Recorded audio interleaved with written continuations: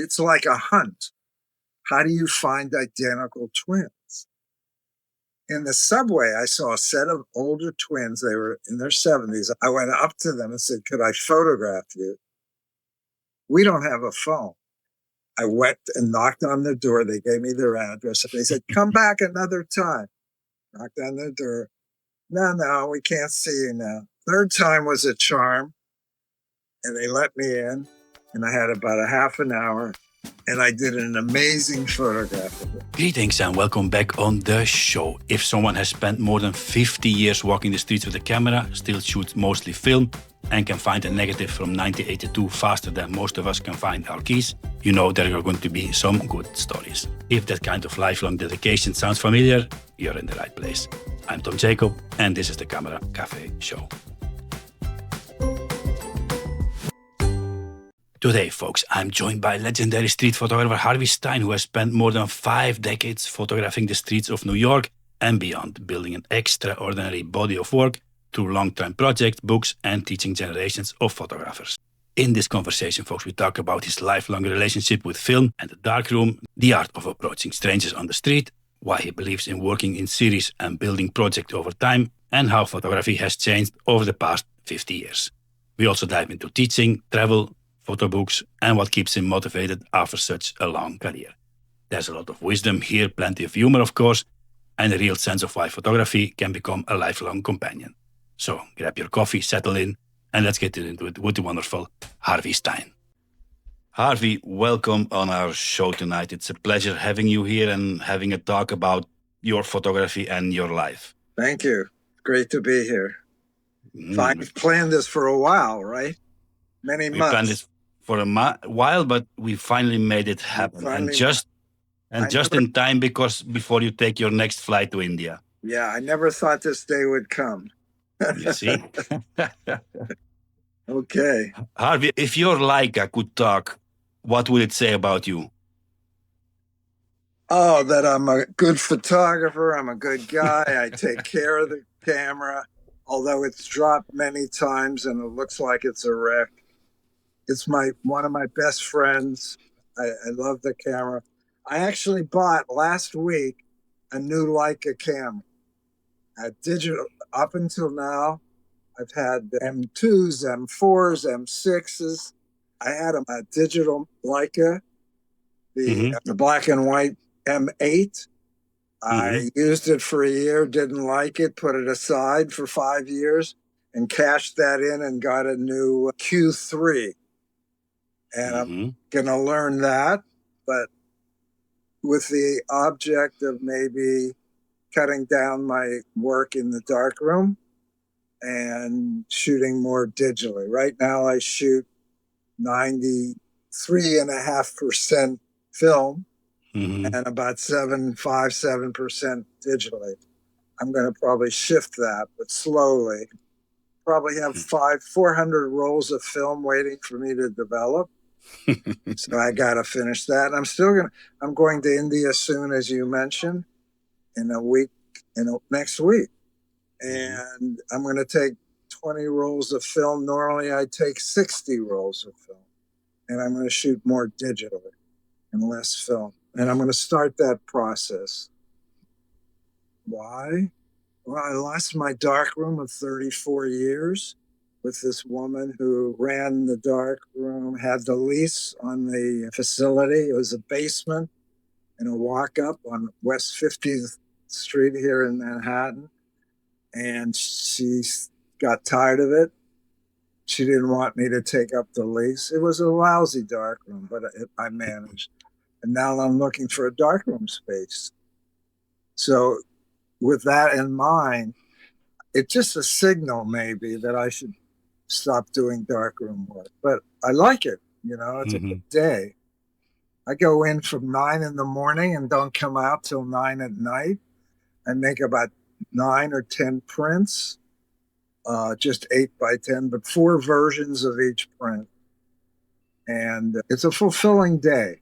I'm on my feet all the time, except for about a half an hour where I get a sandwich and go to the bathroom and stuff. So I'm going to miss it. So I'm slowly maybe going toward that. Hmm. Not that I really want to, but it's getting old. I've been doing darkroom work since 1970. I would say 1972, nonstop, nonstop. Never, a couple times a month, but because it's not at home and I have to travel and get everything ready. I have probably 25,000 prints in my office here. They're pretty well marked in archival boxes. My negatives, I can find a negative. I can give you a print. On the back of the print will be a number. I could find a negative to that print if I can read the number off the back of the print. I can find that negative in 2 minutes from 1980s, 1970s. My system is that good. My system of filing or storing prints is not as good, but I always thought the raw material was the negative. That's the goal. You lose the negatives, you're screwed. If you lose the print, you can always make another negative. If you lose the print, you can always make another print. So I can test you on that maybe on the next podcast, Harvey. Absolutely. I give you 2 minutes and you find me a negative somewhere. Absolutely. I'll give you a print with a... Yeah, so I have a whole system, and I put that number on the back of the paper that I'm going to print. So I have a number. I have the negative number that matches the print numbers. And I make contact sheets. I can spend all day in the darkroom making 50, 60 contact sheets. I save them up to make. And the contact sheets have the number. The negative file preserver is what I put the negatives into. And that has a number. That's where the number originates. And here's my numbering system, not that you're interested. The year, so it's 25, first number, dash, the time I've gone out that year to shoot. Let's say it's July 4th.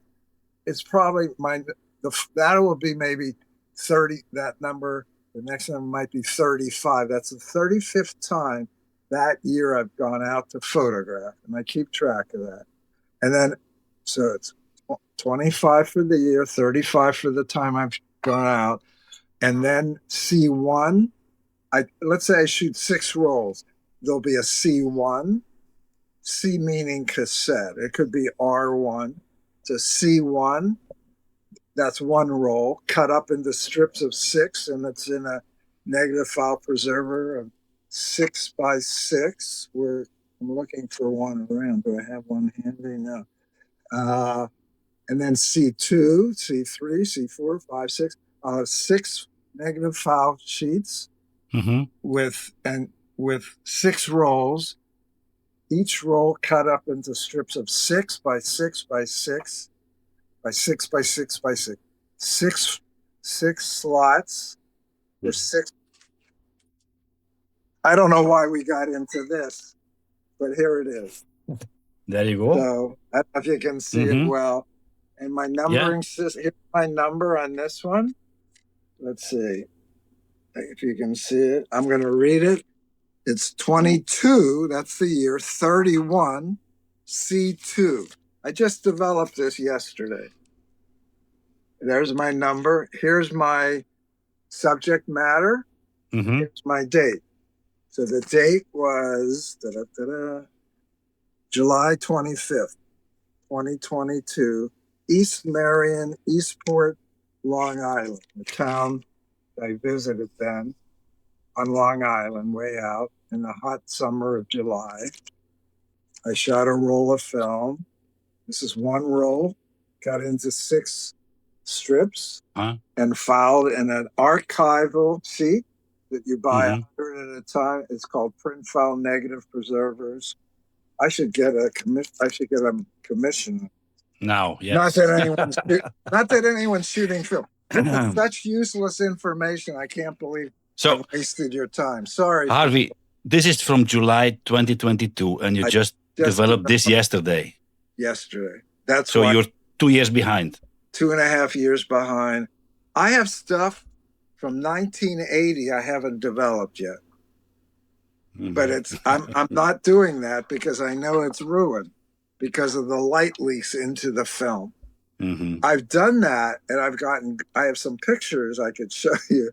They're in my Coney Island book, my last Coney Island book from 1980 that I printed probably and I developed probably 3 years ago, and they're in my book. I love them so much. I just can't keep up with what I shoot, film-wise. If I shoot digitally, I'll be, I'm not in the darkroom. I'm not processing film. I process 4 rolls at a time. It takes about an hour and a half. So it's very boring. It's not in the dark. It's in a stainless steel tank with 4 stainless steel reels. And it's very boring. I read the paper. It's right behind me, my film developing room right behind me. So I proceed, and I'm okay with it. I'm a creature of habit.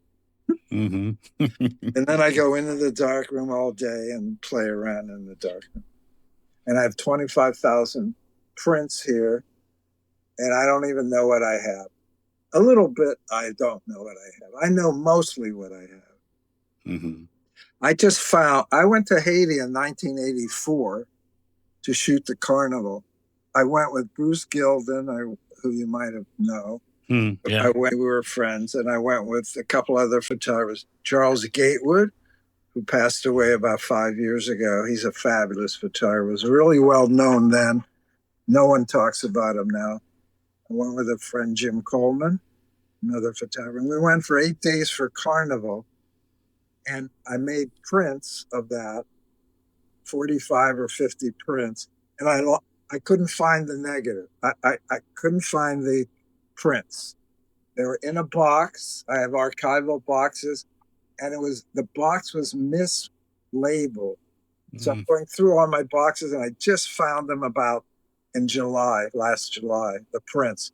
They're gorgeous. I love them. I'm so excited. I made a new discovery. I feel they were lost for nearly 40 years. And tomorrow I'm going into the dark. And I found the contact sheets. I found the negatives quickly because I have the numbering system. And I'm making prints of more photographs that I didn't print at the time I shot.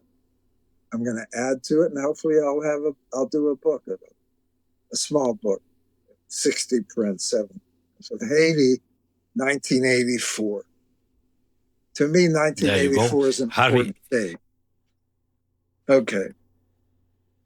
Sign me up for a book if you make it. Okay.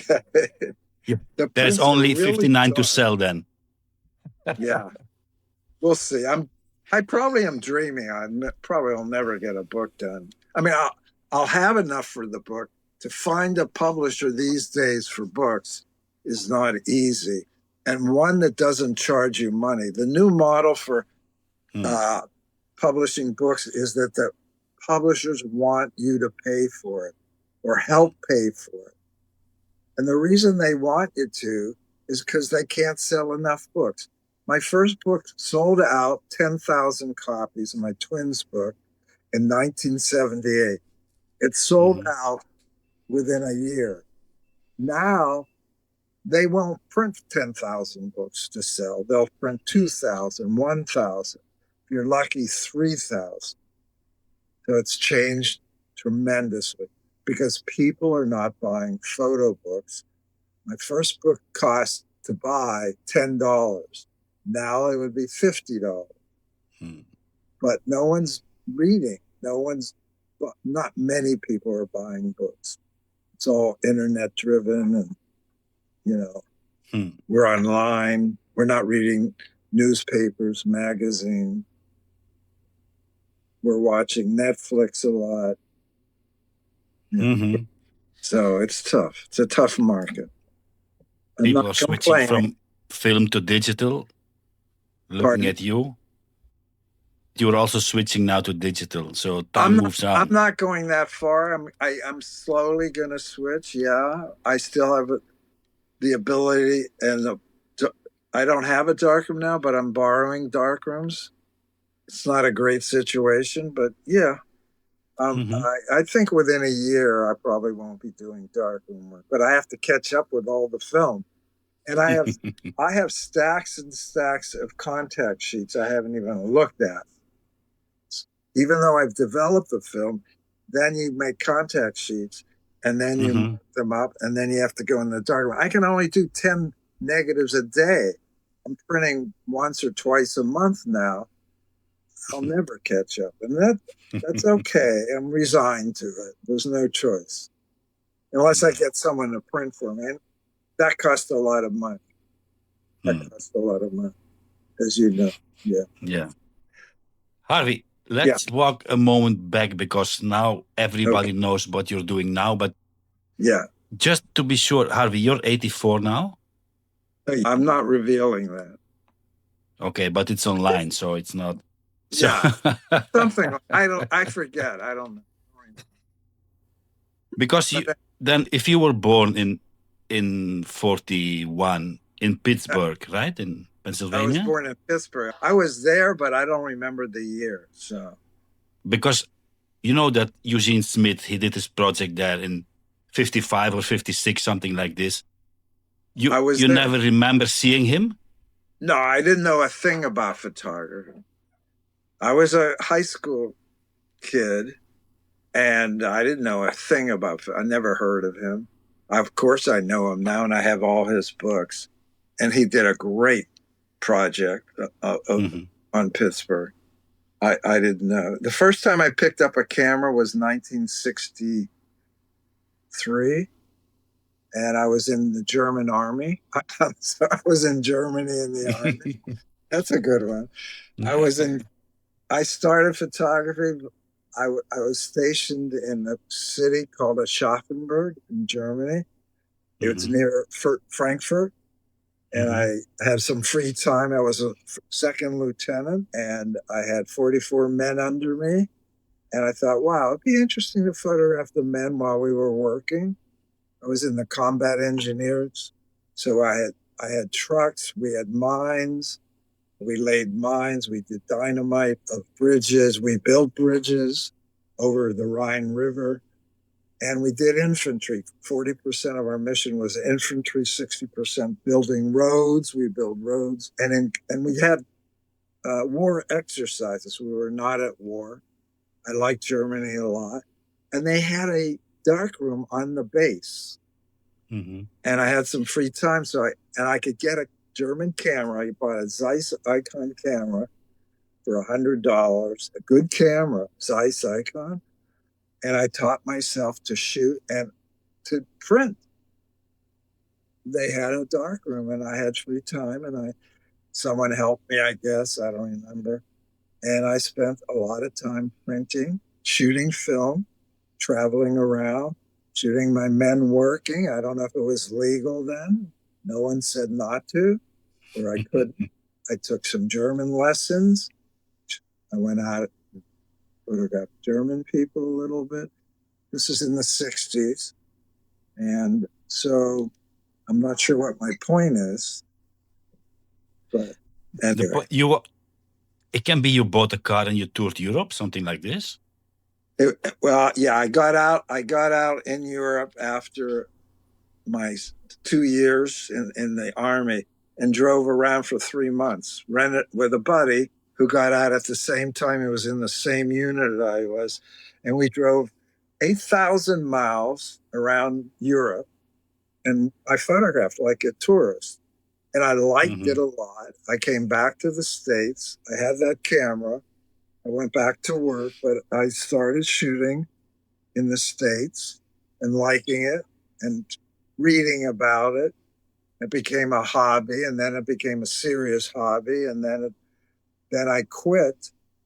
Well, I came to New York to go to Columbia, did Hmm. more school, and got a master's degree in business.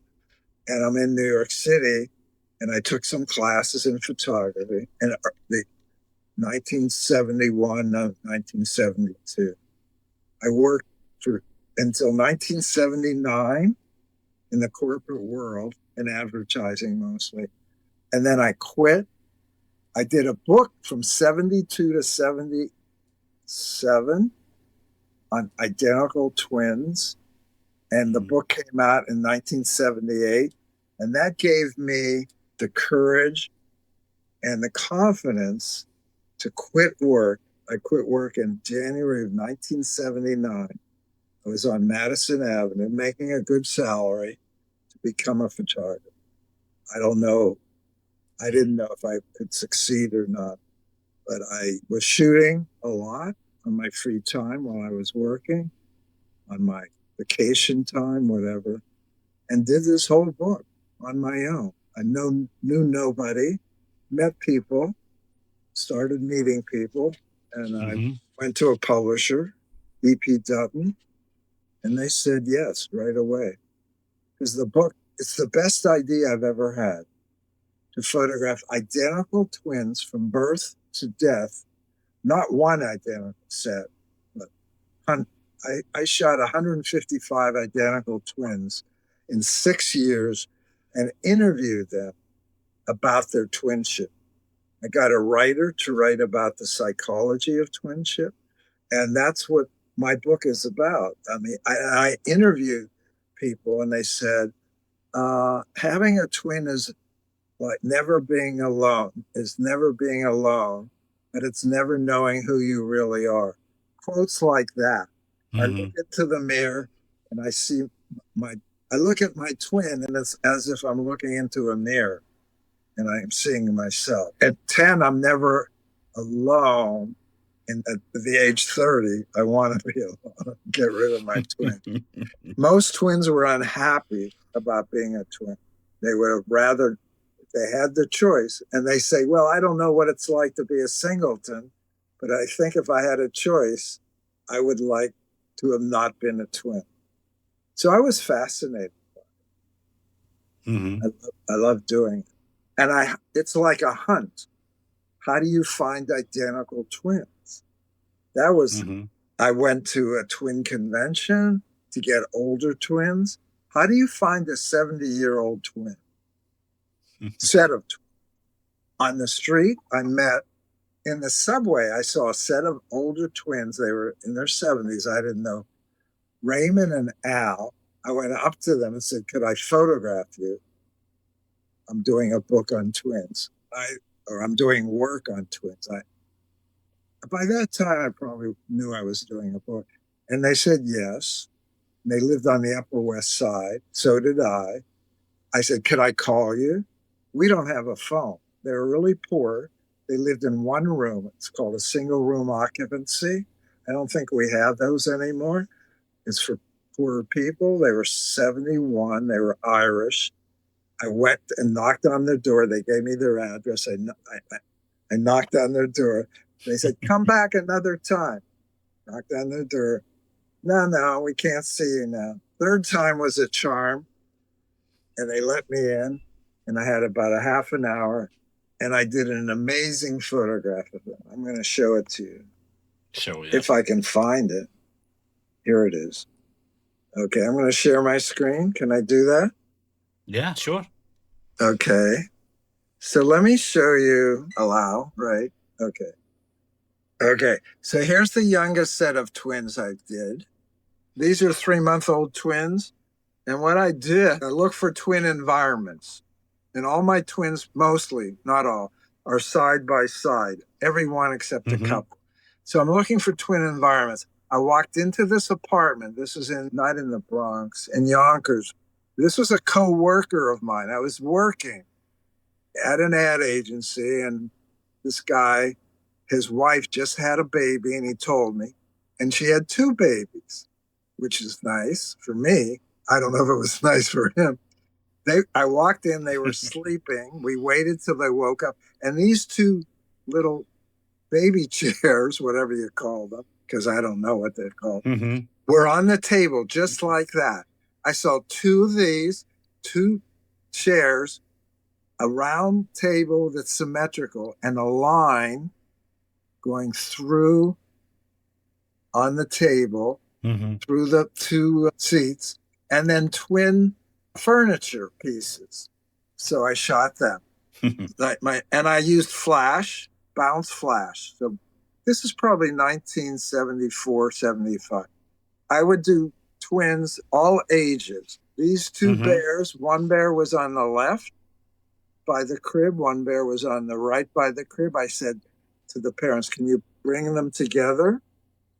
The bears, yeah, and Mm-hmm. put the kids down. They said, yeah.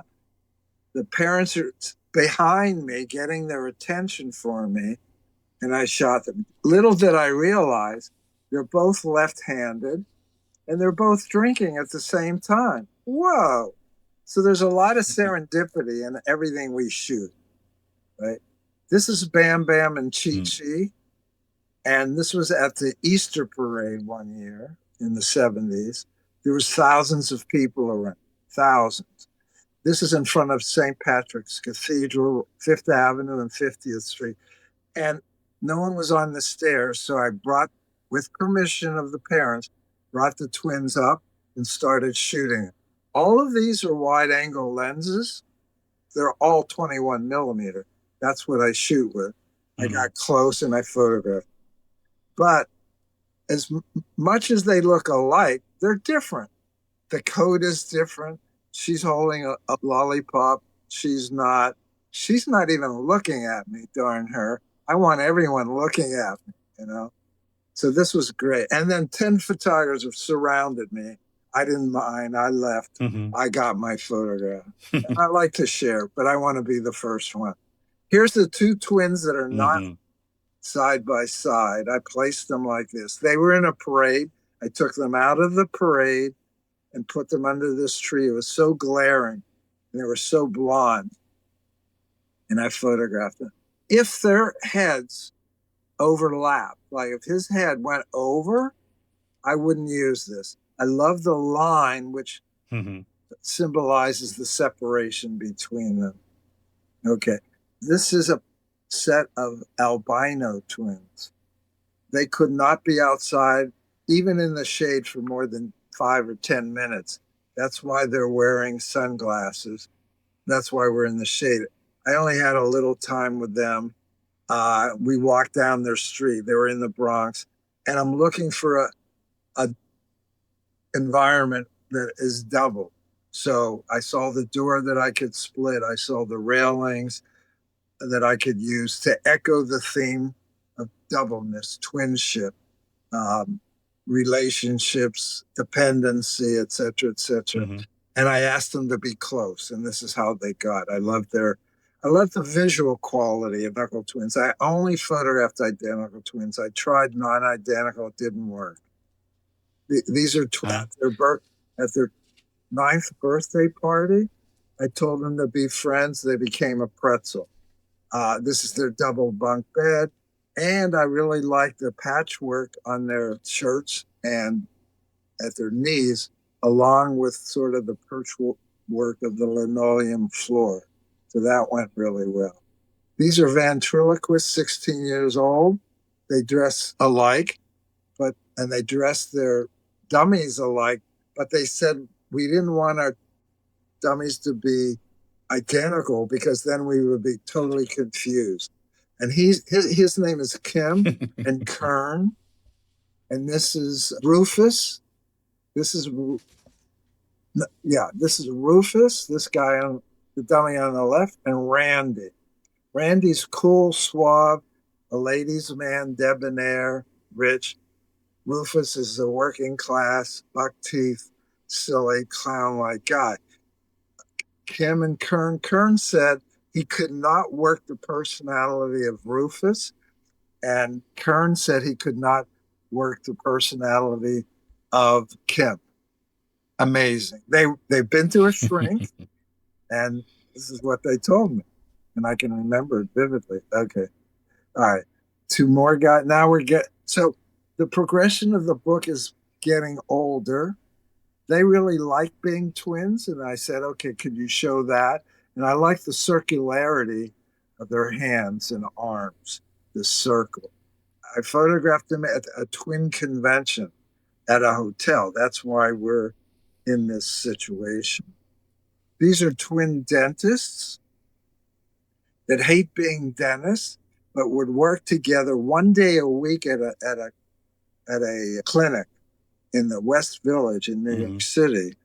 And they said if we worked together all the time, we would probably kill ourselves because we hate being dentists, and we'd see how unhappy the other person was. So I walked into the clinic and I saw all these moles. I said, this is perfect, perfect place to photograph them. I want the environment to reflect something about them. That's why I use wide angle lenses to get close and yet still have enough in the background to reveal things about who they are and what they do and what they're about. Look how jolly their jowls. They're not jolly, they're jowls. How jolly they are, and that fits a dentist, I think. This is Lavelda and Lavona. Not sure which is which. And Albert and Al or something like that. And the women said, we were 42 years old. We always wanted to get, I don't know how old they are here. We always wanted to marry twins, and we held out. We saw these guys on the street. We started talking, blah, blah, blah. And the next thing you knew, we were all engaged. And she said, if I met him first, I wouldn't have been attracted. And she said the same thing to him.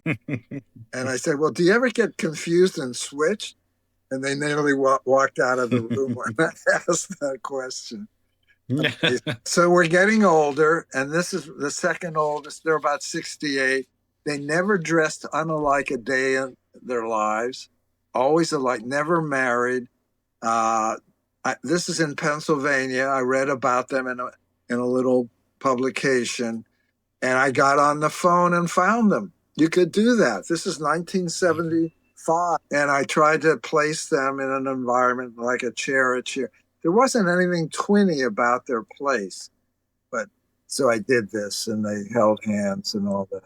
And then here's Raymond and Al. These are the two twins that I mentioned that I met on the subway. They lived in a single room with a bed, a table, two chairs, and a refrigerator, and that's all they had. But they were jolly and fine and friendly, and it was summer, and they just were wearing shorts, no shirts. And so I had them sit. I edged them into this position. They were sitting on the bed. There wasn't much to sit on. I said, can you get in bed? They sleep together. And they did this covered up, and I photographed them again with a bounce flash. So this is the last. I mean, there's 71 in the book, and I could have found older twins. I think I had a lead or two, and they were so good that I said I can't not do it. And I wanted to end with them, so it worked out pretty well. Okay, sorry I got on this. Now let's see. It's okay. So this was the first project I did, and the first book I did, and to me, it's probably the best idea I've ever had in doing a project. I really love doing it. And then my next book was on artists. I spent 6 years. This took me 6 years. The next book took me 6 years. Portraits of artists in their studio with studio lighting. I did Warhol, Rauschenberg, very famous artists, interviewed them. So in the book, it's called Artists Observed, and it sold out 10,000 copies. The twin books sold out 10,000 copies. And that whet my appetite for doing books. I teach classes on how to do a book. I've done 10 books. I love doing books. That to me is more important than having a show or having an exhibition. I do teach, and I love teaching, and we can talk about that, but I know there's other things to talk about. It's just wonderful to a book, but it's hard work. It can be frustrating, but it's very rewarding. It's to me the most rewarding thing I could do. And that way I get my work out and I leave something behind. I don't have kids. I never want Mm. kids. I have a nice, beautiful wife. I hope we're happy. Okay, next question. Now I don't know if we continue with the books or I was going to ask you, Harvey, about who inspired you early on, but I think then we should talk about Ben Fernandez, no? Yeah, yeah. My answer to that question would be Ben Fernandez, who was my first teacher. I can't even remember how I met him. I'm sure I can if I can think about it. But I met Ben. Oh, I never took a class with him. And he was a street photographer.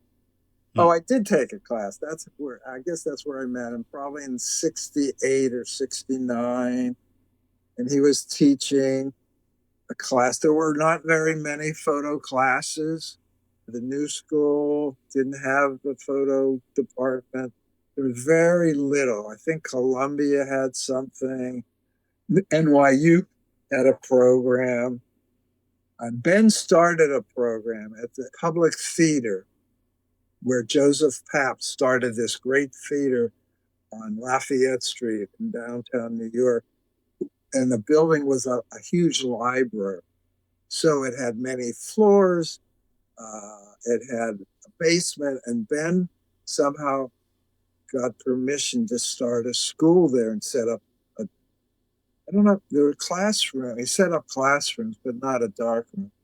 And I took a class with him, and he said to me, get a Leica, get a 21 millimeter lens, and go to Coney Island and photograph. So that was influential. And he was a big, burly, tough East Harlem Hispanic man, but with a heart of gold. He was blah, blah, blah, blah, but he was had a heart of gold. And he loved his students. I was one of his early students, me and Franco Angel, who became a New York Times photographer, several people. And he was so so I went, he invited me to his house to print, to start printing, because there was no dark rooms available. And I did that for a year. And then I figured he doesn't really want me here so much. And he lived in New Jersey, so I'd have to take a bus out there to get there. And he taught me a little bit there. And then he gave me let me use the darkroom on my own. And then I started a career. And then he asked me to teach for him at the public theater, which I did for a year. And then I started teaching at ICP. I think his school sort of faded away.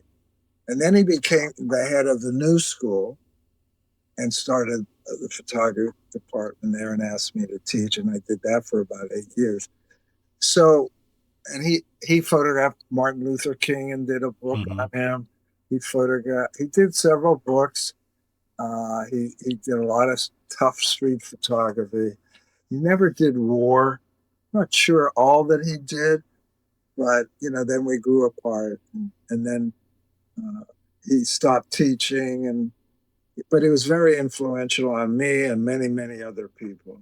And I kept in touch. He got ill and he died about 4 years ago. Do you know his work? Yeah. I know his work about Martin Luther King. And I always wonder how he got so close to him, how he got the access to be I'm with not him. sure. Did you ever, you never interviewed him? No. So I think it's important starting out that you have an advocate, is the word I use. Someone that believes in you, champions you, can encourage you. Ben was very encouraging. He did I photographed some of the stuff he did on the street, demonstrations. That's what he was known for. And he got a little, I wouldn't say jealous, but he saw that I was really good and I wouldn't even say threatened, but he wanted me to go off on my own and not be so tied to him. And I thought that's a good idea. And that's what happened. And he went on and did other things. He did a lot. I think he did video and stuff and maybe movies. I'm just not. I should be more knowledgeable about his career. But yeah, I mean, and that's why I teach, because I got a lot of help. I took a printing class with George Tice, who just passed away 2 weeks ago or a week ago. That's sad. And I saw George every once in a while. Ken Heyman was a wonderful Mhm. street photographer from the 70s and 80s. I took some good classes. I enjoyed the classes, and I wanted to start teaching. Ben got me started, and then I started at ICP in 1976.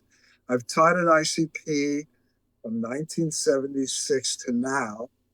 I'm going to start a new class next month, and I've missed 1 year of teaching at ICP. I've taught every year since 1976 in one place or another, but at ICP every year from 1976 to now. For 2 years, I went to RIT, it's Rochester Institute of Technology, and taught there. And 1 year I could do both here and there. And 1 year it was too hard to maintain. I taught at RIT for 2 years, and then I lived up there, and I still had a place here. And I love teaching, and I still do that. So it's very rewarding, and I learn from my students. But you need someone to encourage you to go to, who you could talk with. It's great hearing lectures. It's great reading a book, seeing a film on someone, but you want a personal connection too. Right now, I teach only, well, I do workshops, on my own workshops. I Mhm. do them in person for myself, but at ICP and Los Angeles Center of Photography, I'm only doing virtual class, Hmm.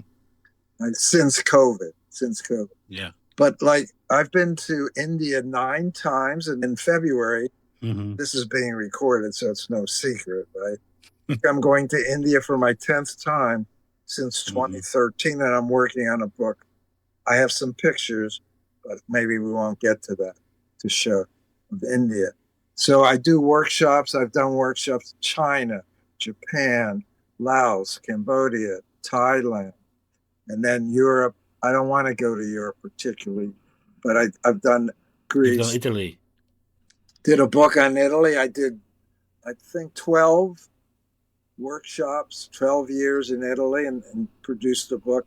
Mexico, I, I did workshops in Mexico for many years, and I did a book on Mexico, and I went there on my own. So traveling is amazing and important. And I combine the training, the traveling with the teaching. Mhm. In India, I'm bringing, I have 10 people signed up for the class. I was there last year twice, one with a workshop and one just shooting for another book. And Mhm. this will be my 10th time. And we're planning a trip to Nepal, and then Okay. next year at this time to Bangladesh. I want to go to Bangladesh. I've read about Bangladesh and the photography there and the people there. So it's my way of learning and shooting and being involved, and working with other people at the same time.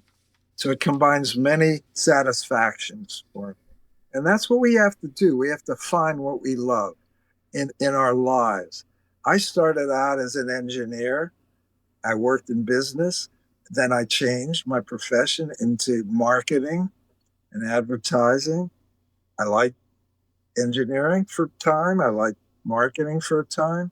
I worked on Madison Avenue. And but I really didn't love it. I wanted always to be creative. I tried to write, I tried to paint, I did ceramics. I picked up the camera, and it took me some years to learn and shoot stupid things. And then I came to New York, went to Columbia, and at the same time I was taking photo classes. And so I was split for a while, and then the photography just became more important.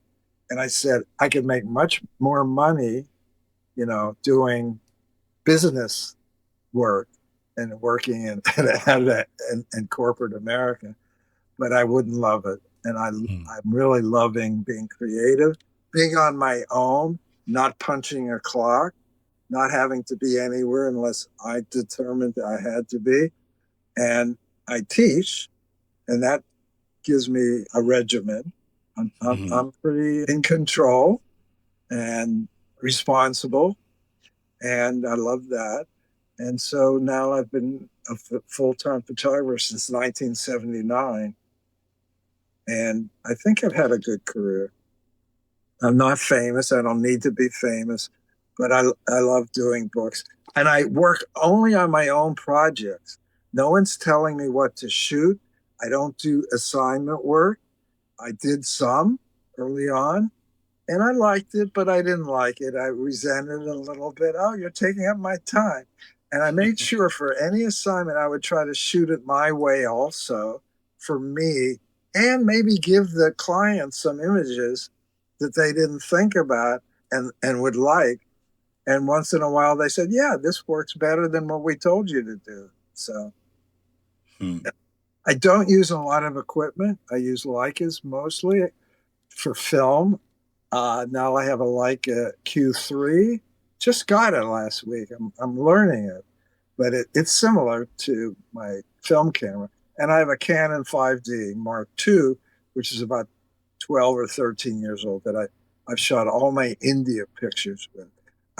I've shot pinhole, made my own pinhole cameras. I have a gorgeous pinhole camera that's a one of a kind that someone made for me. I've shot Holga and Mhm. Diana, plastic children's cameras. I have worked on my website with the Holga, with Pinhole. And, I experiment a little bit or used to. Now I'm pretty focused on street photography, portraiture. I have 3 or 4 book projects in the works, at least 3, maybe 3 to 5, and maybe 1 or 2 will see the light of day. That keeps me busy. And I'm shooting. Harvey, street photography has always been that core of your work.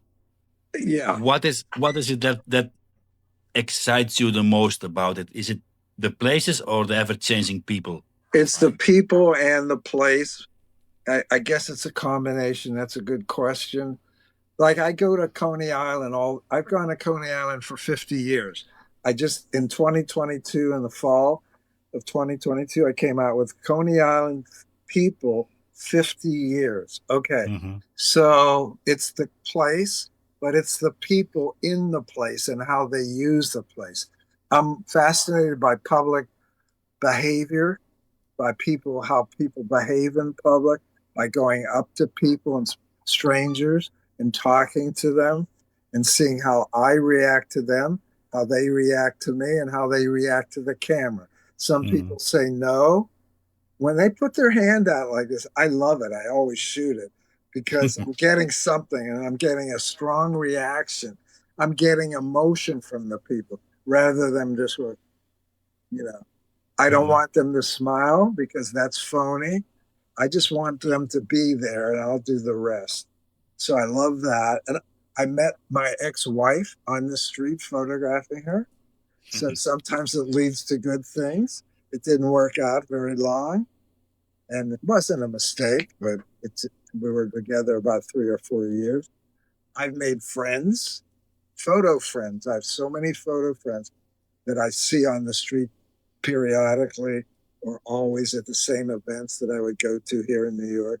That's how I met Bruce Gilden, Charles Gatewood. I mean, any number of photographers. And that's fun. But it's the people and it's Mm. being outdoors and in life and going where I don't belong. I go to East Harlem. I did a book on Harlem. No white people in the book. They were very kind. I had no trouble. How do I behave? How do I perform in a way? I've gone to East Side. I've gone to dangerous places. I don't look for danger. I look for enjoyment, fun. I go to Coney Island, the polar bear swim Sunday in the freezing, only in the winter. It's freezing and make good pictures. I But you find haven't. I But find you that never go into the water, Harvey. I It never go. disappoints me. But my what? It It, disappoints me. You never go oh, inside the come on! water. It's freezing. I'm working, but my toes and feet get wet always. Okay. I'm at the water's edge. So yeah, I'm not that brave. Um, and I'm there for a purpose, I think, and I enjoy myself. And I know the polar bears, and they know me, and they say hello and greet me. Half the people I don't even know their names, but they know me because they're often, not so much now, but I was. I have photographed Coney Island for 55 years. Ben said, go to Coney Island. My first publication was I could show it to you. I have it here. A skinny man sitting on a rail on the pier. I shot that in the summer of before I was a photographer with my Zeiss Icon camera, 35 millimeter, and it was let's see, July. I probably shot it, and that December, that picture was in Life magazine.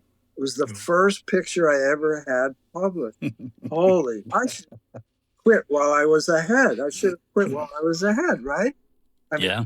so I was really lucky, and it gave me a lot of incentive to continue.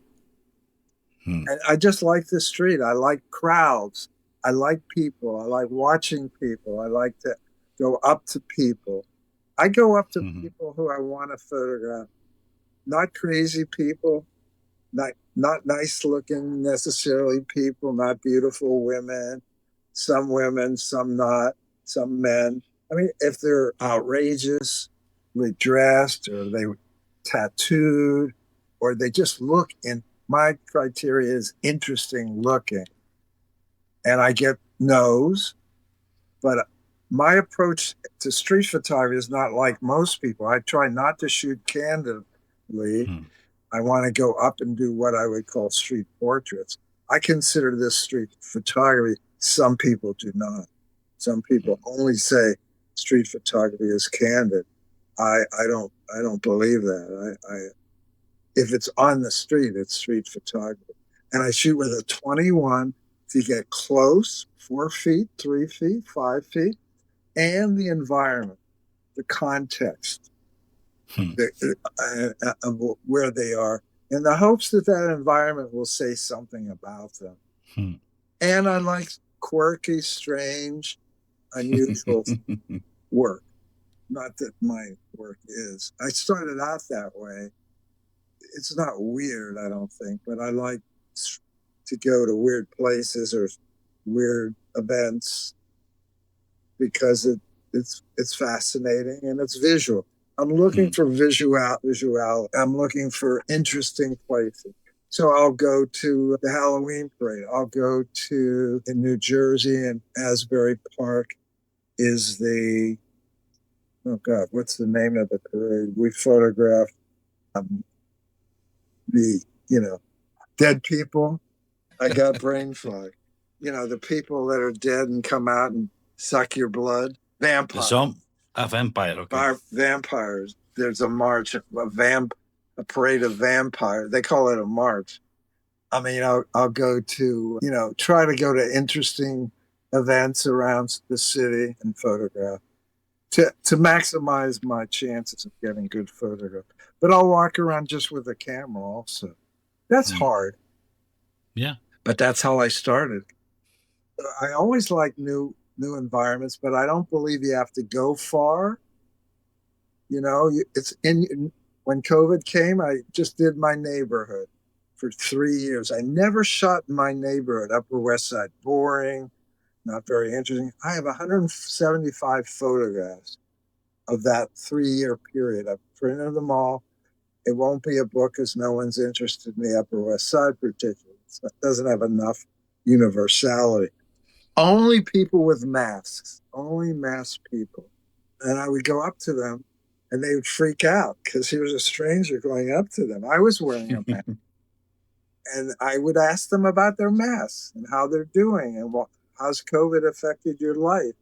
And we get into talks and conversations. And that was good. It worked out. I didn't think I'd do really good work. I don't know if it's my better work, but it's pretty good, I guess. I have to look at it. But I do a lot of portraits.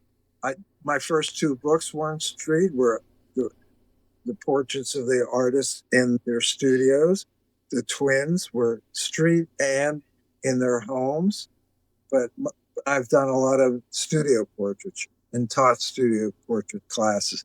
But that work has never been seen. I did a whole project on people living with AIDS. That was my most social documentary kind of documentary hardcore. In 1972 to 70, 1992 to 1996, I shot 120 people living with AIDS with a 4x5 camera in the studio and I set up a studio at the facility where I found the people, not in a hospital situation, just in a studio situation, and gave them beautiful 11 by 14 prints. I shot it for the Gay Men's Health Crisis, which is the world's first AIDS organization and the largest AIDS organization, founded by Larry Kramer and some gay men. I photographed that for 4 years on my own, on my own dime. I would have to take taxis down to GMHC. 4x5 camera. I had 5 or 6 things to lug: screen, backdrop, equipment, lights, studio light, dyno lights, strobes. I used strobes. And I loved doing it, but it was really hard. I couldn't do it now. I couldn't do it now. I wouldn't have the strength or the energy, probably. Harvey, I want to come back a moment to Sure. the rejection you sometimes get. Yeah. Do you sometimes push it to get an image if you feel it's worth it, or you just let it be? I do. I will. If I really want it, I'll try to talk the person.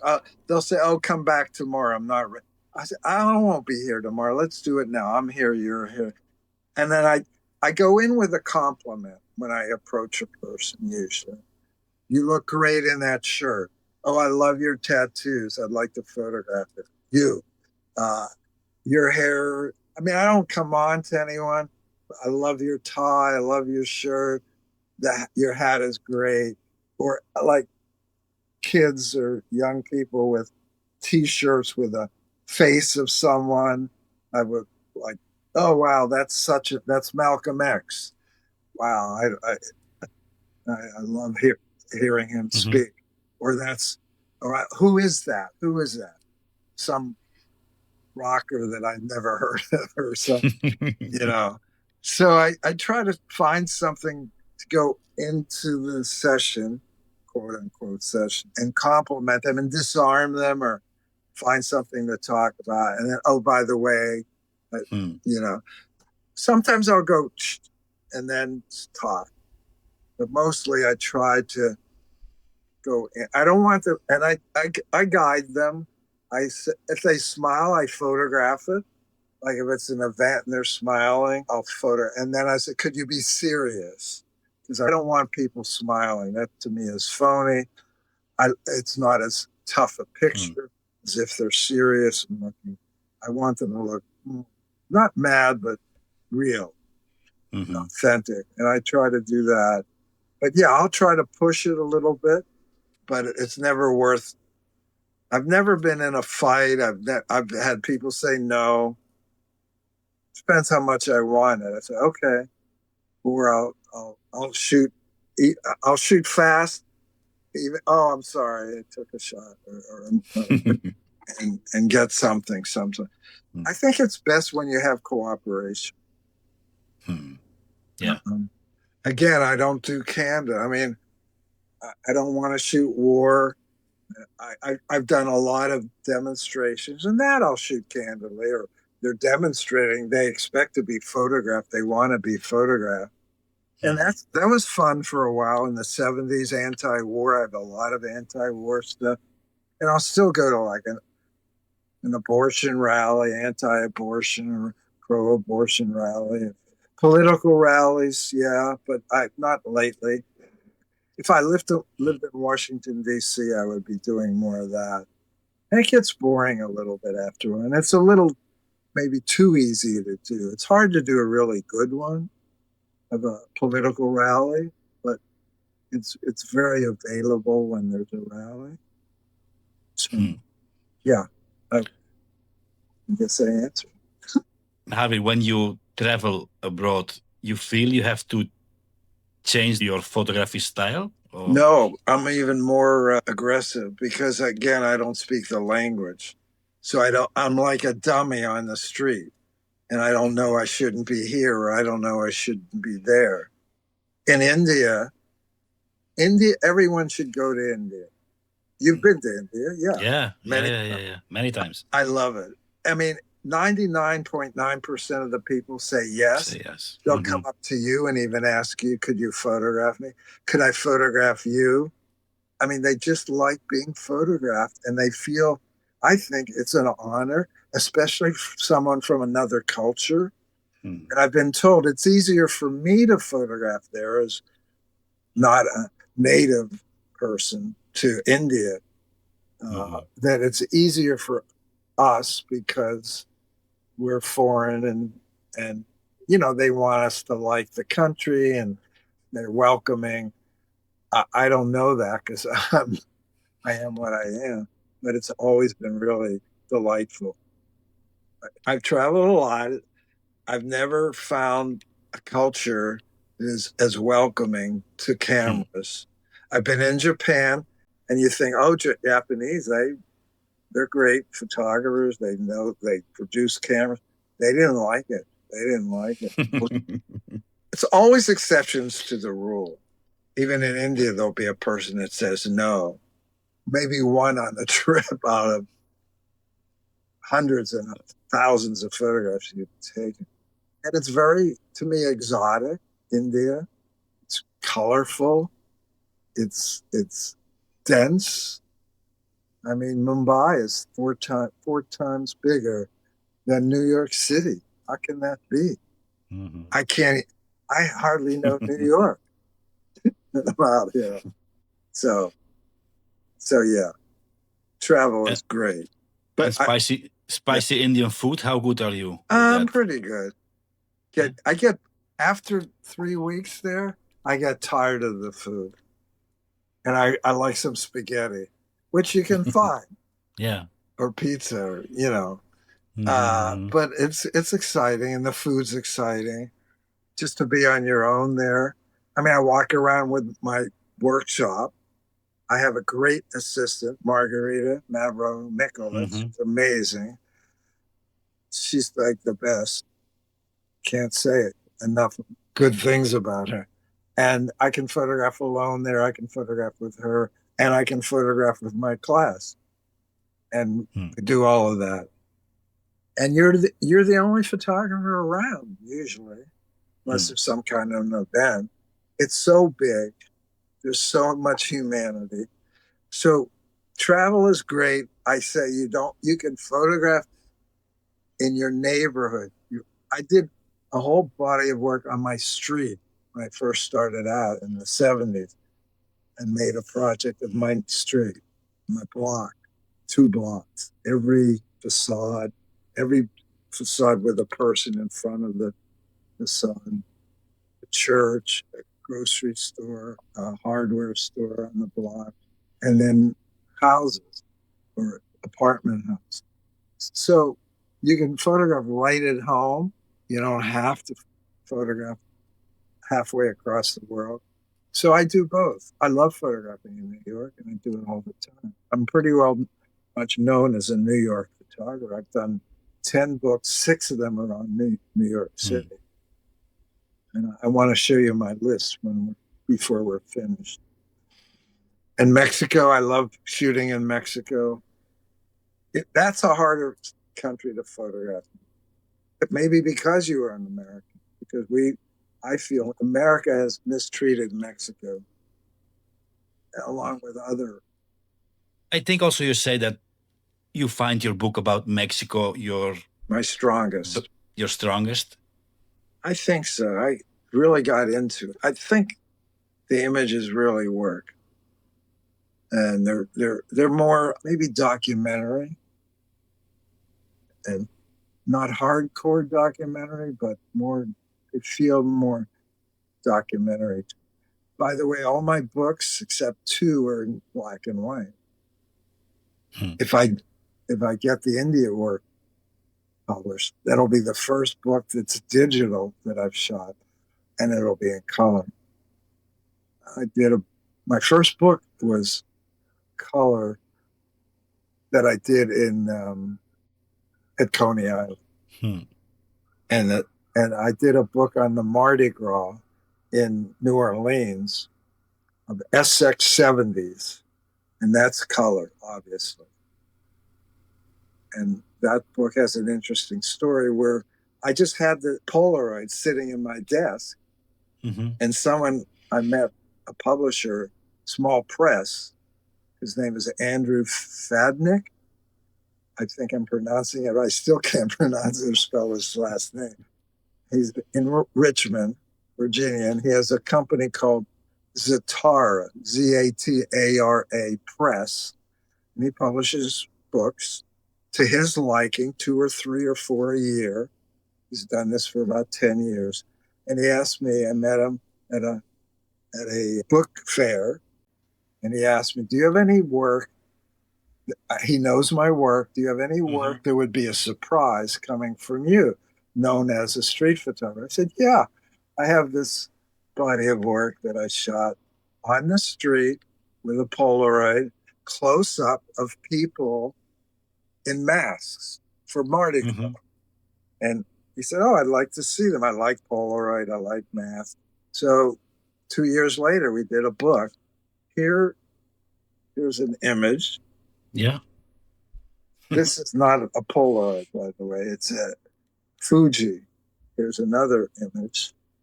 I just happened to have Mm-hmm. another. It's called Then and There, Mardi Gras 1979. So and the book looks like a Polaroid, Mm-hmm. and it's very small. It's very interesting. But It's sold out. it's sold out. No, yeah. Yeah, Mm. we did 400 copies, and that's what small presses do. Small runs. He won't redo it because he wants to move on. It's Mm-hmm. a shame. We could sell more. I could sell more books, and he could sell more books. I sold some. He sold most of them, and that was delightful. I think to remember you told Harvey that you were going to sell them for $1 million. Oh yeah, as a group, I want to sell. I tell you that my fantasy is to sell. I have 47 beautiful Polaroid images taken in 1979. They're still in my drawer here on my left, and they're in great shape. And as a group, I want to sell them to a museum. That's like Lucas Samara sold all his pictures he did of himself, his self-portrait photographs with Polaroid film. He sold, I think, I'm not sure if it was MoMA, for millions of dollars. And I'm thinking of Cindy Sherman, who she sold her film stills. She Mm-hmm. photographed herself. That was her first Mm-hmm. body of work as a movie star being exploited. I think she played the role of women, maybe not all movie stars, women being exploited. And she had about 70 of those, and she sold that to MoMA, Museum of Modern Art here in New York, and made millions of dollars. So if I could sell that, money, I'm not interested in money particularly. I need enough to eat and live, and we have a nice place. But believe me, I've made so much less money. You don't do photography for money. Mm. Do it because you love it. And it's one of the first things I'll tell any student. You're doing it, and if you want to change professions like I did, and I have had so many students who want to change from being in business to being Mm. creative. especially lawyers. I've had a lot of lawyers who want were disenfranchised or disappointed, and they wanted, you know, it's not about money. It's about, to me, being happy. And I am very happy. I had my miserable years and tough years and all that. And I swore to myself when I was young that I would not, as an adult, work in a profession or at a job that I didn't like. So I went because my dad was in that situation. He'd come home from work and grumble and be pissed off and mad and all that. I mean, he was a nice guy, really nice guy, and I love my father. But he was never happy at work. And I saw that and I said, I'm not going to be in that. I mean, we're here once. We go around this place once. Let's try to be happy with work. And it's a third of your life, work life, right? For me, it's half of my life. I work 10, 12 hours a day. But why be miserable? Why just for money? What's money buying you? So make money, but do it. It's something you love to, or make less and be happier than miserable and make more money. Because you're going to bring your miserable self around everywhere you go, and it Yeah. ain't going to be fun or good for you or your neighbors or your family or your people. Right? What's your best piece of advice you ever got about photography, Harvey? I never look for much advice. I give a lot of advice, but I might not take any advice. I think, I don't know. I don't think I've ever had, just work hard. What I would say is, I'm going to turn that around. Be true to yourself. Do what you want to do and what you think you can do. And even things you think you can't do. Try to be honest with yourself. Be authentic. Be real. And do things that you really like to do, short of mayhem and murder. Be kind and and and help people. I got a lot of help. I try to be helpful. I could be jealous too and say, why is that person getting that and I'm not? But that just goes so far. And I find you give help, you're going to get help. You get what you give. If you give shit, you're going to get it back. If you give love, you'll get that back. Yeah. And, I think that's what I've gotten from people along the way. And I see how other people work. And to love what you do. You'll be good at it. At three, I worked at probably 3 jobs in 8 years when I got out of college. Didn't like them. I wasn't great. I could fit in maybe. I could do it, but I wasn't that happy. And it shows. It eventually shows. But you'll be good. You'll be great at what you love to do. And that's the best advice I could give. So, is that good? Yeah. I mean, I have done that. I have friends that are doctors, lawyers, and I'm a schleppy core photographer, and they say we admire you, and they're rich. My schoolmates in high school, who are still, I have best friends from high school, and they say we admire you so much. We wish we could have done what you did, but we couldn't, and you've done it. And so I don't know. I feel lucky. And health, keep your health. That's really important. That's the luck of the draw, but we can affect our health. Eat well, exercise. Don't do stupid ass things that can hurt yourself. And be active and be around people, young and old, right? Young and old. Not. I used to be the youngest. Now I'm one of the oldest. Oh my God. And I think artists live longer because they're happier. I photographed 165 artists. So many of them are older in their 80s and 90s and were spry and fine. I thought, wow, they're getting along so well because they love what they're doing.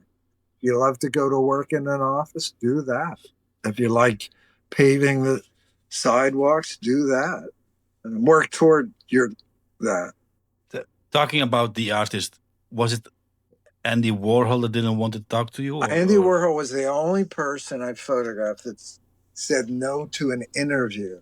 He owned Interview magazine. How could he not? I don't know if you're familiar with it. There was a major magazine in the 70s, 80s, 90s. He owned it. He would stand in the street in Soho with the arts area of Manhattan, and he would give out free copies of Interview magazine to get it going. I have a couple signed copies. What chutzpah this guy had.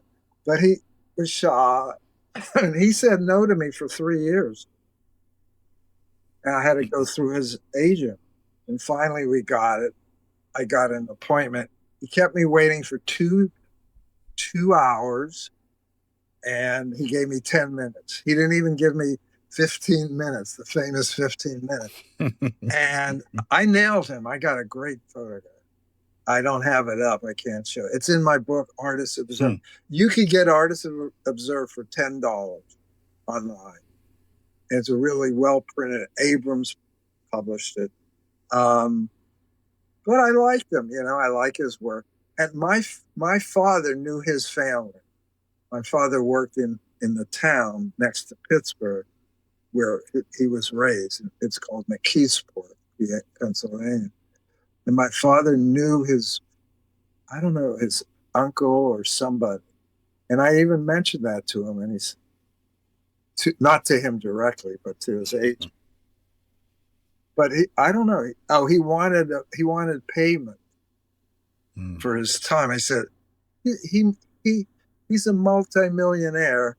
I was probably 10 years into photographing. No, 7 years. I'm still struggling with the photographer. And you want payment from me? No, I can't do that. And he still agreed, but a lot of persistence. He wouldn't be interviewed, and I used quotes from my interviews. He's the only one I didn't use in an interview. And the quote's something like, "What you see is what you get." And he's a blank, Mm-hmm. So it's a good quote. Oh, art isn't art. It's a boy's name or something like that. Mm-hmm. I mean, it's a silly, but yeah. But I got a really good photograph that I've sold somewhat, not much, but yeah. What is your jazz music track when you're in your dark room? Or don't listen to music? I don't listen to music. I would listen to really good talk radio. We have a really good public station here that I would listen to. If I listened to music, I would listen to reggae. There's an Afro pop stage show Saturday mornings I listen to. I want to know what's going on in the world. I listen to news. I read the Times still, New York Times. I don't get my news from Instagram or Facebook or anything like that. I like reggae. I like pop. As a kid, I liked that. Classical jazz. I was a big jazz fan. Would go to lots of jazz concerts, and I'll listen to some jazz music. To me, it's great to hear it in a movie. It revs you up, but I don't. It's like a drug. I don't need it. In a way, it sounds weird. You never take your wife out dancing, Harvey? Not now.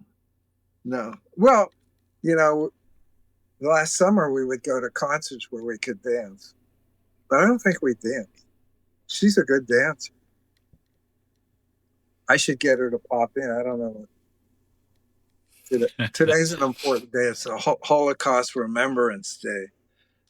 She was watching a lot of that online. Yeah. Okay. Her parents were in Auschwitz. Yeah. Survived. They both survived. And either met there or a resettlement camp. And they moved here, America, and then she was born two months later. So she's a child of Holocaust survivor. You ever visited Harvey? Yes, yes. Yeah. I've been to Poland. Have you visited? Yeah. Auschwitz? I wanted to do a project on Auschwitz, and I have some good contacts, but I've never been able to get up and do it. I think I could get behind the scenes and stuff there. But Okay. yeah, I've been to, and I was stationed in Germany 20 years after the war, less than 20 years after the war. So I went to Dachau, and that was pretty awful. But and we went in Czechoslovakia, we went to Treblinka. That was very interesting. I think that's the concentration camp where it was a show camp where they had the inmates draw and they could form an orchestra, and they'd have the UN come in to inspect it, and the Nazis would say, well, look, it's just a nice camp. But if you would do a book about this, Harvey, I mean, then without people. Without people? You're asking me if I would do a book? Yes. If I would do a project, I wouldn't think that I wouldn't have maybe the ultimate goal would be to try to do a book, but I never start a project thinking I'll do a book. It's too soon to think that way. Once I'm in the project and it's rolling along and I see what I'm getting and I'm liking it, I would then start maybe thinking about a book. And I don't sit down and try to get ideas at my desk. I learn from my photographs. I really believe that my photographs speak to me and guide me and give me instruction in some ways. I learn from the photographs. I learn from the people. I learn from teachers and from colleagues. But it's the photographs that tell me I'm on the right track. Or I shot 3 sets of twins one weekend in May 1970, let's say, 72. And I said, I like these pictures. They were just random on a weekend. I bumped into on the street 3 sets of twins. I think I like 2 of the shoots. Fast. Oh, can I photograph you side by side? They're looking in the camera. I don't know if any of them are in the book. I'd have to, probably not. So that gave, I like this. So that's how I got the idea. And I said, let me go look for more twins. So after 6 years, I had 155 sets of twins and a trip to a twin convention outside of Washington, D.C. to get older people and more people to finalize. So that's how I start. Going to Mexico 1 year, next year, going to India. I didn't think I'd do a book, but I keep going back. One of my secrets is I keep going back to the same places and find them interesting and exciting. And by that, I mean the same cities, the same towns. I'll always go to new places when I go to Mexico or to India. This trip, I'm going to new cities and new areas. But I got to go back many times, go to Coney Island. I've been to Coney Island 1,000 times. I was there January 1st. I'm not doing another book, but I have enough stuff probably to do another book because I've been shooting it since my last book a lot. It's a fun place to go. I go much less, but I keep going back. And that's how you get an appreciation of a place. Harlem, I did a book on Harlem. It's 2 miles away from me. I could walk there, take a train. And from 1990, for 23 years, I shot Harlem. And the book came out in 2013. And I shot there from 1990 to 23 years. And then the book came out the following year. And I go back there once in a while. to do books, you have to have patience Mhm. and make sure you get everything you need. Don't rush it. Don't rush it. I have a lot of patience, maybe too much. Yeah. And we have a lot of time, Harvey, because we are talking 1 hour and a half. It's too long. And I'm sure you didn't but ask all your questions. So. just enjoy hearing you Yeah. talk. Well, I enjoy talking to you. I want to ask you, have you been to New York? No. Ah, I trust if I go maybe next year, you will receive me there and you will yes. take me around. Yes, definitely. We'll go to Coney Island. We'll go to the Okay. High Line. We'll go shoot a parade maybe. If you come in the fall or the spring, there's all kinds of things to do. There's a Mexican parade, a Puerto Rican parade, an Israeli parade, a German parade, a Japanese parade. I mean, it's incredible. Ecuador, Colombia, I mean, Argentinian, Greek, every country almost. And then there's these other kinds of parades too, and demonstration, and just walking the streets. I'm sure we will find something. Doesn't matter. We will find something. I'm sure. Harry, we discussed talking about 2 other books, but Okay. I think time will be too short today. I'm looking for, I had a sheet up with my contact information. Maybe I can give that to you and you could put it in the. Yeah, we'll put it in the show notes. No problem. You know, I put things up and then they seem to disappear. Unless I could show the cover, I can't even find it. Let me show a few Mexico pictures. Yeah, of course. Okay. I'm going to show you just the starting 10 pictures maybe of the book. Okay. So the name of the book is Mexico Between Life and Death. I've always wanted to go to Mexico since I was a teenager. How could there be a country like Mexico next to America, so different, much poorer, much warmer, much more emotional, the people, Hispanic, a whole different language. And so I wanted to go there. And the way they treat people's lives and death is much different than here in America. They reveal their older people. Here we put them in homes for the aged and store them away, more or less. You know, they don't live with their families so much. They're in homes for the elderly. So I was looking for images of death, not dead people. And so this is what I came up with, Between Life and Death. And I'm looking for images of life also. So this is in Chapultepec Park in Mexico. And look what he has. He's wearing a skeleton T-shirt with ghosts. Perfect. So I just went up to him. He's blowing bubbles. He has, I guess, liquid in the basket. He has a little wand over here in his hand, and he dips it in and blowing bubbles. And I got a bubble in front of his face that kind of distorts him and makes him look a little strange and scary. This is a man that walked toward me. I walked toward him in a town called San Miguel, very nice town. Doesn't look it here because they're tearing up the streets. They're putting all the wires underneath. This is 1994, 95 maybe. I shot the book 1993 to 210, 14 trips in 18 years. And I knew it's very hot and very bright, sunny, you can see. And I knew if I exposed for his face and got detail in his face, I would overexpose the scene. It would be probably all white.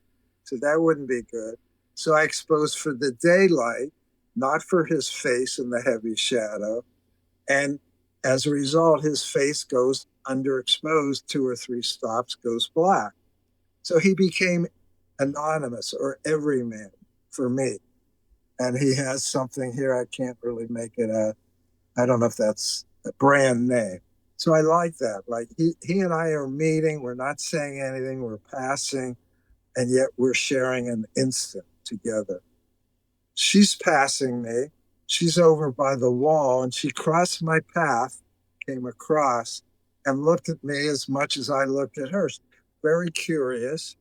And I photographed her. One shot, wide angle, 21 millimeter lens. That's what I use and love to use on the street. It's the only lens I use, by the way, on the street. It forces me to get close so I can get her, I can get some of her being, and I get all the umbrella and the street and where she is. I like doing streets. I mean, umbrellas. I'm sorry. I like the form of them, the shape of them. They add a visual dimension. And I like her look into the camera at me. I approached him. I stopped him. Here's my shadow. Here's my bag hanging off my shoulder, my hands up with the Leica in my face. I'm not right in front of him, but I'm real almost.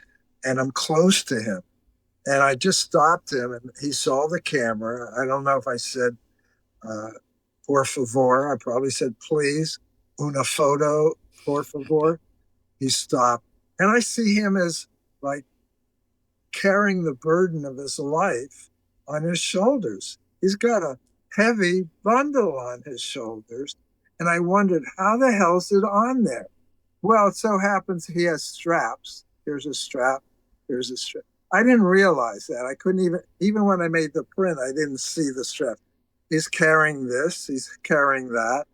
And it's the burden that he's carrying to get through life. I mean, maybe I'm being a little dramatic.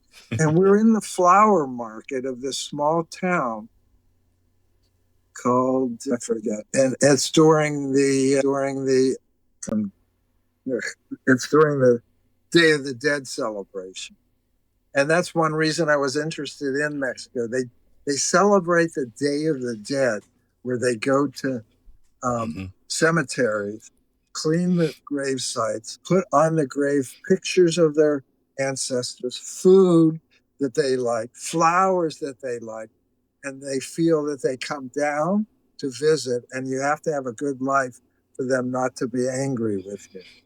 This is in a beautiful town called Guanajuato, and it's considered the Paris, Mexico. You wouldn't know it by this. And I love the peeling wall. I love the way they were standing, one in focus, one out. They're sisters, the way they're dressed. They're dressed for some kind of event. The dolly, her strong look. So this is how I want people to look into the camera, not smiling. This is in Mexico City. They're doing an old dance called Danzon, Danzon. And it's where the music plays and then it stops and they freeze. I don't know if they're frozen here or they're dancing. And I wanted the center to be open and I wanted the women to be frontal and the men to be peripheral, not much in just sideline, not in the photograph. And it worked out. And even, I guess she's moving because she's a little blurred still. And I found it a fascinating, kind of old-fashioned dance. I love the bars. So I went to breakfast in the town, San Miguel de Allende. This is a shelf. This is a small icon statue sitting on the shelf. It's not big like it looks here. And the window. I think there was glass in the window because here's a reflection. You can see a reflection. But I heard someone singing and walking toward the glass. My camera, I always carry my camera wherever I go. It's on the shelf, the little shelf here. I'm sitting by the window. I grabbed my camera and she passed by. I took one frame. Wow. And I got her in mid scream or mid song. And I love her hands she must have been high on life. I don't know. So strong shadows. The light in Mexico is fabulous, and mostly sun. This is in Guanajuato also, a city that I went to many times. And they have lots of steps. And I saw this from above and viewing areas. I saw just a normal walkway with lots of steps. I saw the great shadows. And I waited for people to come by. And some people came by, but he was the best. And I saw, I don't, actually, I was not aware of these eyes looking at us. And I love this, these eyes. And they're not eyes, right? They're these decorations on the fence here, and the way the light hit and the shadows hit, it made them like this, like eyes. And I love the strong shadow. This is a child, infant, not a child, at a market where no one was around. No one was here selling. I couldn't believe it. I was shocked. So I went in. I might have moved the chair a little, and I photographed the infant. But I felt I was too close with my wide angle 21, and I got back because I wanted to show the scene, the environment, foreground and the background, to show how alone this child was. There was no one sitting here, no one lurking around. It was like another piece of fruit on the shelf for sale. I mean, in a way, it was shocking. Here's the word, Frutti, fruity, amazing. And this is a theme where I want to look for skeletons, I want to look for life, dance, and skeletons. And I could find it in a lot of places. So she's cleaning, and there's the skeleton. And I love the one eye. And I got her to look at me. And here I am. I had some hair then. Here I am. And my shadow is allowing me to see her and not being reflective of the background. And so that combination of reflection and real light and life of the dead. Okay. And another theme is bars. I have a lot of bars, metal bars. I'm gonna bring this over. I have 3 more pictures. So mentioning bars, here's another bar, and sombreros. I have lots of sombreros. So I have many themes running through the book. Right? Sombrero, next picture, a bar, and they were just looking at me. And this guy was anyway. And I love that strong look. Another family looking at me. They're curious, and they're behind bars at a church service. This is Easter. And then finally, this photo, I didn't talk to him. He was waiting to cross the street. I think he saw me and he was waiting for me to photograph him.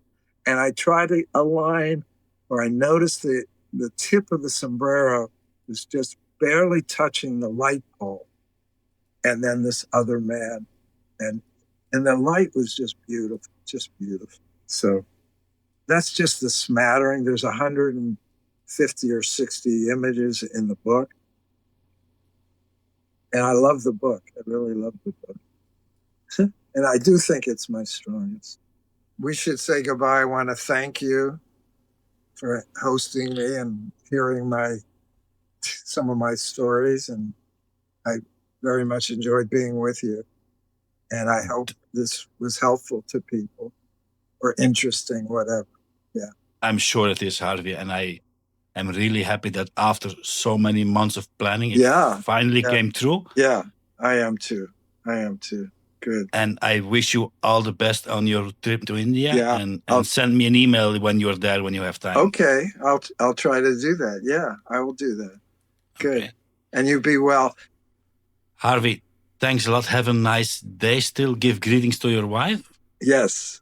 Okay. And that's the wrap, folks, for my conversation with Harvey Stein, photographer whose dedication to long-term project, teaching, and the craft of photography is truly inspiring. If you enjoyed this episode, folks, you'll find links below to Harvey's work, his books, and upcoming workshops. And of course, if you like more conversations like this, please consider subscribing here on YouTube. You can listen, of course, to the Camera Cafe show also on your audio podcast and sign up for our newsletter to stay up to date with future guests. Thanks for spending some time with us today. I see you next time. Keep your eyes open, keep shooting, and of course, keep moving your own photography forwards. Adios.